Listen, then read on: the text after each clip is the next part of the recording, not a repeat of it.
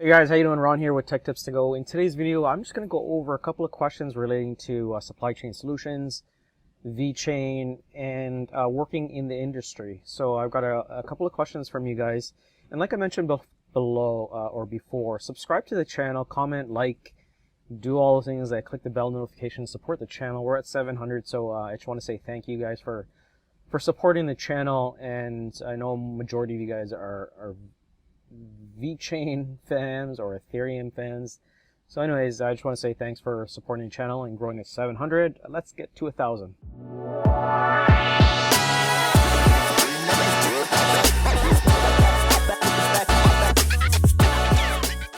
The first question that I have is from Anthony. So this is a really good question. And I run into this every time I pitch a blockchain solution or talk blockchain with some of my customers. So Anthony says, does Vechain technology solve some of the issues you've come across when consulting in the industry? Are you simply a fan of supply chain integration with blockchain? So the first part of the question is, like, does it solve issues when you come across like consulting? Like, does it help some of our customers in industry? So I mentioned this before in one of my other videos. There's kind of like two types of purchasers, or there's like the early adopters and the ones that are kind of like mandated, forced to kind of like switch over to something because there's like an end of life something and they know that they need to get into it or else it won't be supported. So that's the way I look at it. And when we pitch these things, the majority of the first question that a lot of people have, or our customers, their thought process is like, well, how's this going to benefit me? How much does it cost is probably like the first thing. And how will it disrupt our process that we're currently running? Because, over the years, they've built their process, their sequence of procedures, and they're running smooth and fast. Unless it's going to benefit them and they can see, a quick return on investment. Let's say they implement some kind of blockchain technology solution, and that can solve one of their problems and have a fast ROI, like maybe 1 year, 2 year, then yes, then great. So, and then to also answer another question that someone had is that relates to this is, how is this different from like SAP or working in supply chain with public blockchain? Like the main differences. So the main difference is, like, when you have an SAP, like a warehouse management system or an ERP system, that's centralized. So basically it's a database that is within its own environment, and that is only accessible within its headquarters or its sub branches, right? Very rare that you have a WMS or a supply chain solution like SAP or HighJump or Manhattan that goes and reaches to an extent to your other customers. So in order to kind of facilitate that, like, you would need a lot of money, because an SAP solution for, let's say, like 200 seats or whatever, like 200, like an enterprise that like maybe has 200 to 300 to 400 employees, might cost you anywhere from like 3 to 5 million plus maintenance and everything. So there's a big cost associated with that. And then also, your seats, your licenses, your maintenance, your upgrades, right? And it's very expensive. It's not just expensive on that side, but also relearning something new in SAP. And how does it, let's say you've got something like Syntax, or you got an AS400 system, or you have a legacy system. It's like, well, how can we integrate SAP to come into like this system? And that's the same thing when it comes to blockchain. It's like, okay, well, we have our current SAP system, or we have a current HighJump or Manhattan system. How can you integrate, Vechain's blockchain system into our core offerings? Because majority of these users are going to be using their application. They're not going to want to log into like 2, 3, 4 different types of servers or have multiple logins. Like for their RF guns or users that are on the floor, they want to log into something, typically one thing, and verify all transactions or do everything from that one interface, and that's it. So when we go to pitch a solution, majority of them, like, because the thing is, we don't work with like a lot of early adopters, like that kind of clients. Like we have clients that are in supply chain, but they're more like, they contact us for like consulting, wireless implementations, software, etc. Right? So with Deloitte's team, DMVGL and PwC, they have more reach, right? So they have those early adopters, those new companies that want to stay ahead of the game, not kind of be like the followers. They want to be the leaders of like being the first to adopt blockchain technologies, etc. Right? So they have more reach. So that's kind of like, that's answering that question is like, do I come across it? Not so much because it's still early technology. So, and like I said, like you need a lot of marketing to get blockchain out there. And the only companies that are going to contact us are those early adopters. And we don't get a lot of the early adopters, right? So we have a different type of clientele unless we're pitching it. And that this is a great, like in Vechain's system is like they have PwC, they have Deloitte, they have DNV to pitch all those, to do like go to market, to get out there and go to the trade shows, the conferences, and kind of talk about what's coming up in new technology and so on. Right, IBM is huge in that. I remember going to like IBM conferences just on RFID when RFID first came out. Like that was a big buzzword, and I'd go to like one a month. I'd fly to the U.S. for like training on RFID, etc. And RFID took quite a while, so we might be in the long run. For those of you who are trying to moon for that price to go from like 0.004 to like $2 or $3 or $5 or $75, whatever you think. It just really depends on mass adoption, right? And part of this game is educating, the people out there on blockchain technology solutions, especially in enterprises. So, anyways, to answer the second part of this, are you simply a fan of supply chain integration with blockchain? You know what? I'm not a fan at all. Like in supply, like I've been doing this and running the company for a while, so I'm looking at exiting and just kind of just semi-retiring, just taking it easy. Like, not to say that I'm like really well off, but I'm comfortable. Like, I've worked hard enough, had multiple corporations, kind of did my time. So I'm just kind of looking at relaxing, taking it easy, and doing stuff like this. I like video content creation. So some people always ask me like, "Oh, what are you up to? Like, how's business?" I'm like, "It's okay." And when you do something over and over and over and over, and you just need something new, like this pays the bills and more, right? Like it's great. We get to travel, get to write off a lot of expenses, enjoy nice vacations, like reward yourself, in different ways, right? So, anyway, in supply chain, like with blockchain, yeah, I'm interested in that part, right? Like not supply chain solutions in general, but with blockchain, just because I'm curious to see how it transforms everything in supply chain. Because with blockchain, it's public. Like private blockchains is like there's no point. You just may as well run like a centralized system. With a public blockchain, it's interesting, especially with like the APAC Providence stuff that David is doing. It's interesting because you integrate payment solutions into a public blockchain, which could be cool. It's different. It's opening up like the eyes of like cash flow and net 30, net 60, right? But like David said, it's like when we like, I'd say like 99% of like customers, like if you go to a meeting and talk about crypto or exchanges or token, you'll probably turn them off and they'll be like, what? Right? That's the thing. And until they, like you and I and like all of my viewers here, we know about exchanges and token and two token systems and Ethereum and blockchain and centralized and public.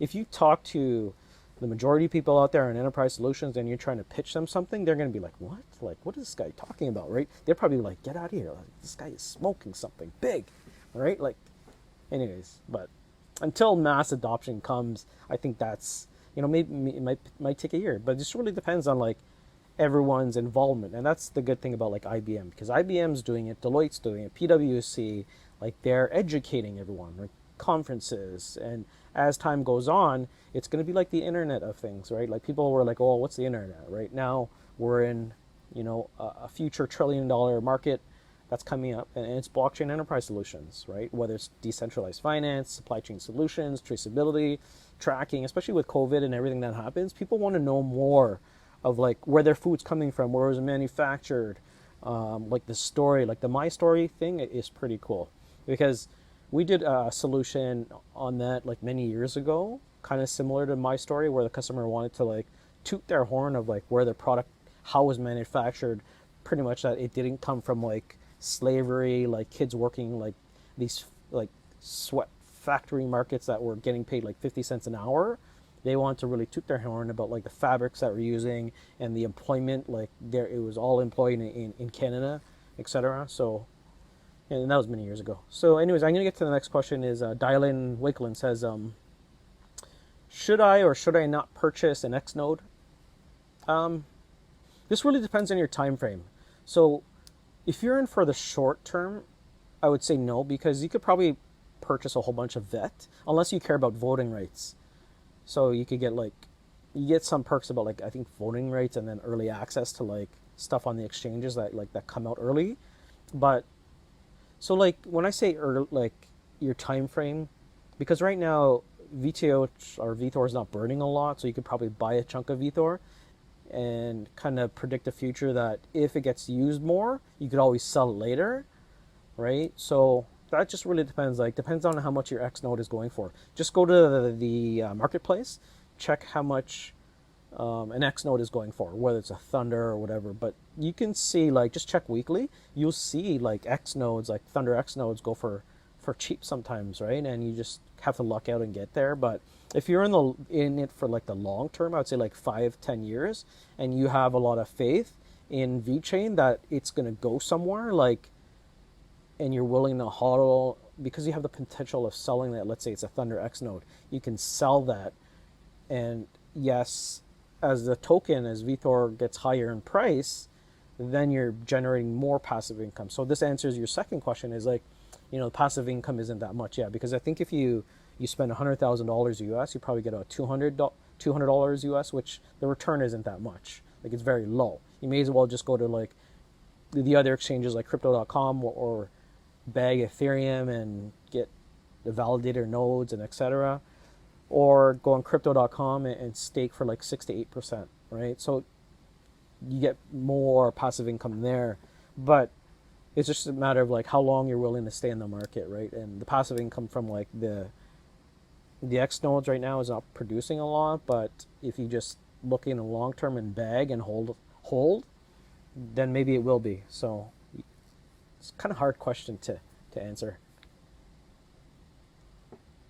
Next question is, how is it working? So this is a question that I got on Reddit, and I got on YouTube. So it says, how is it working in supply chain, and what kind of salary or job can I get? So when I did consulting for this one company in supply chain solutions, you got hardware and you got software. So I dealt with like the engineering, the hardware, the wireless site surveys, the implementations, the customer interfacing, the pre-sales, the post-sales support. Now the part that where I found made you the most money throughout my whole career is something that deals with customer interfacing. Because when you have the confidence to talk with a customer, to translate a technology solution into a business solution, you make more money, because you could hire programmers anywhere. Unless you're like the top high level Mr. Know-it-all, like top of class programmer, then like Harvard program or whatever, MIT, then you're probably getting a lot of money. Like then you're probably more of a consulting, because in supply chain solutions, we used to have day consultants that would charge $1,000 a day, but they're contract, right? So this, let's say this is, we're talking about full time. So like when I look at it, I'd say you'd get more rewarded. Like let's say you're an extrovert. If you're an extrovert and you like talking to people, then I would say get something into more of like a PS, which they call it like a professional service person, or a TC or technical consultant, or a business solution or development manager, right? Kind of like Sarah Nab out there in Vechain. So I guess she's worked in her career and became like director, C-level, whatever, and now she kind of works with customers, and that is where you make the most money. So like programmers, you might be able to make like 60, like your database programmer that does Java development. You work with SQL databases. So you might start off like no experience. You probably maybe like 40, 50,000. 3 to 5 years, you might make like 60, 70. So when I first started, I was like very low, like 30,000. I was into like fiber optics, wireless, 802.11 wireless LAN stuff, supply chain solutions, in manufacturing for banks. What other industries that we do? Paper and pulp, like Domtar, like big companies that like Domtar paper companies.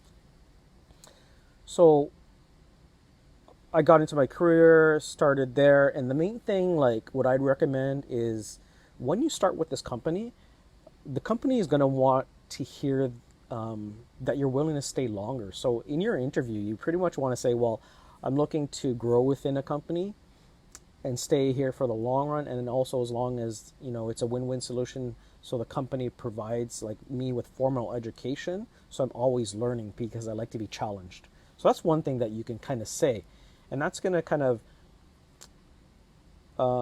put more confidence in that owner to hire you, because it's very difficult as a business owner to kind of hire and fire or have people come and go, because when you train someone for a year and they leave on you, it's very difficult just to get another person in, process, work with that other engineer, learn their customer base, learn the technology, because technology is technology, whether it's database administration, database programming, Java programming, like that is all standard. But to learn someone's unique system or database or WMS or ERP system, very different. So they want to see you there in the long run for that job, right? So, and what I say is like, because I'm more of an extrovert, like I like speaking with people. So I say majority of your money to be made is kind of like in a pre-sales role, whether it's pre-sales technical or a solution design consultant, because like I mentioned, you're communicating with a customer,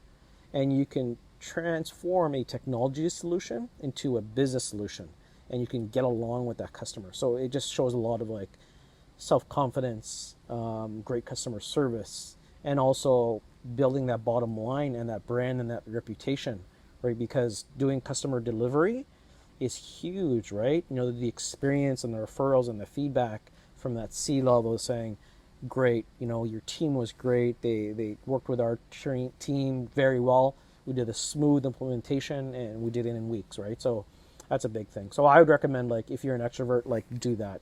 But main thing is get experience, try and get as much certification as you can, and have that company pay for it. So in your interview, just say, well, I want to grow with a company, but the main thing is I want to be constantly learning. So that's doing a couple of things. It's making you more marketable, increasing the value for you to get to like 60 to 100 grand, etc.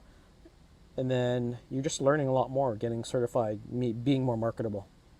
So your salary is like, if you're in pre-sales, let's say you're a pre-sales consultant or a solution design consultant, you could, like, I was getting maybe offers like 160, maybe 150, 160, 80,000. Field techs or whatever, like that do like hardware implementations, like RFID stuff, probably about six figures, 80 to 100,000. Then there's like on-call stuff. You probably get like an extra $1,000 or $2,000 a month. What else? And then you get into like C-level director positions. But here's the thing: when you're working as a consultant or you work with the big five firms, or like a big firm, so not to bash like Deloitte's or the PwC's, but if they're offering you something like 100,000 or 80,000, look at the fine print. Like, ask them, say, what's the work-life balance like? Because I know people who have worked at Deloitte, they're making okay money, like 100, like six figures, 100,000, but they're not working 9 to 5. They're working like 9 to 9 or 9 to 10. There's no work-life balance. So instead of working like a 7.5 hour day, they're working like 15 hours a day, right? So what are you really making? Are you making 100,000? No, you're working for like 50,000. So that's one thing you have to consider. And then also, as you get more experienced, you could also negotiate like your shares coming in. Instead of like 3 weeks, you can say, well, if you really want me, like if you know that you have the upper hand and they really want you, like I've gone into like positions where like, okay, no, well, I want like 6 weeks paid vacation, and I want bonus at this rate, and commission here, and then also shares, right? So you can negotiate all that as you get more experienced. So that's it. I kind of talked a little too much about that. So next question is, do you think price for vet would be $1 in 2024? It's hard, right? Like I said, there's so many factors. Like, that could come earlier, it could come later. It just really depends on like this bull run. When are we gonna get the bull run, and when is the pandemic gonna be over, and consumer confidence? This could come earlier. It could come in 2024, but I'm saying like 2024. Yeah, I think so. Like, I feel pretty positive that we'll get there, because by then, like, we'll have some kind of cure or antibody or vaccine for what's going on, maybe within like 6 to 8 months, and then it's gonna like take 6 to 1 year to get more consumer confidence, people spending, more people, the cryptocurrency market evolving and more adoption. Blockchain technology in enterprises is gaining more acceptance, right? So, yeah, I have a strong belief in that. So, anyways, last one is JA. So, JA talks about watching my videos while watching like Michael Jordan. So, you guys know I'm like a big basketball fan. So, yeah, MJ is the GOAT. Michael Jordan, MJ. People, I always have this controversial conversation like about like LeBron James and MJ. It's like man, you can't compare LeBron against MJ. MJ is like the GOAT, greatest of all time. Anyways, I'm gonna leave it at that, guys. Ask me some questions. Just comment below. Reach me out to me on Twitter at TechTipsToGo1, or just comment below. Subscribe, and I'll see you.